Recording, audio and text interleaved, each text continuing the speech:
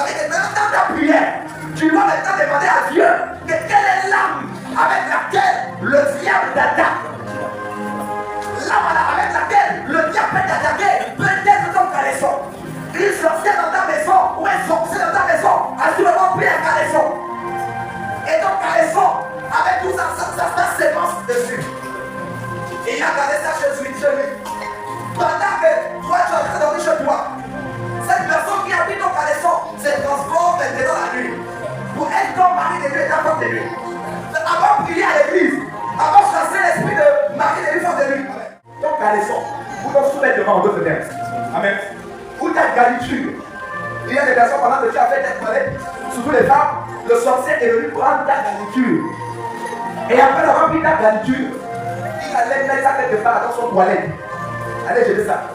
Et à partir de ce jour, si la garniture ne sort pas de ce toilette, amen. Aussi longtemps que la garniture ne sort pas de ce toilette, aussi longtemps son problème. Est-ce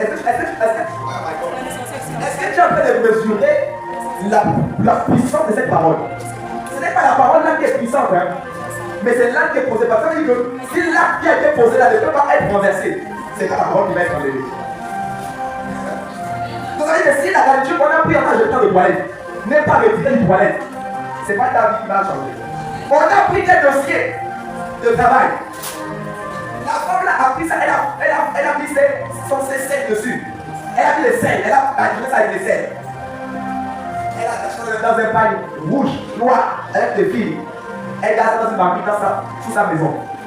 Elle dit aussi longtemps que ce dossier avec les selles là sont attachés dans un pagne noir, dans une bambine sous mon lit. Aussi longtemps que cela n'est pas de fait. Cela n'est pas de fait. Aussi longtemps, sa vie, son travail, tout ce qu'elle va entreprendre ne sera que médiocre. Quand tu travailles, on n'arrive pas à te nommer. On n'arrive pas à te donner la promotion. 10 ans, 20 ans, tu n'as pas de promotion. Le salaire ne change pas. Pas de nomination. Il y a d'autres travail, quand tu vas déposer le dossier, on ne voit rien. Parce que ton dossier est badigeonné avec les selles. Amen.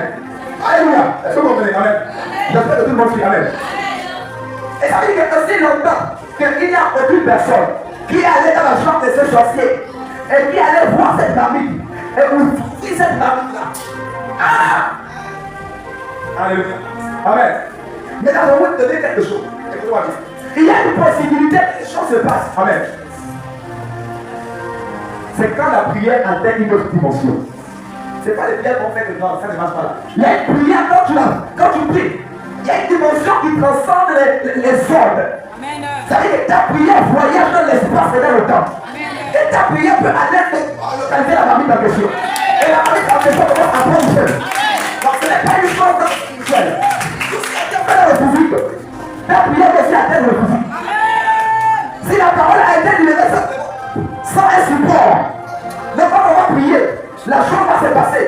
Mais si la parole a été libérée avec un support, il faut que ta prière atteigne une autre dimension. Ce matin, le temps de ta prière va atteindre une autre dimension.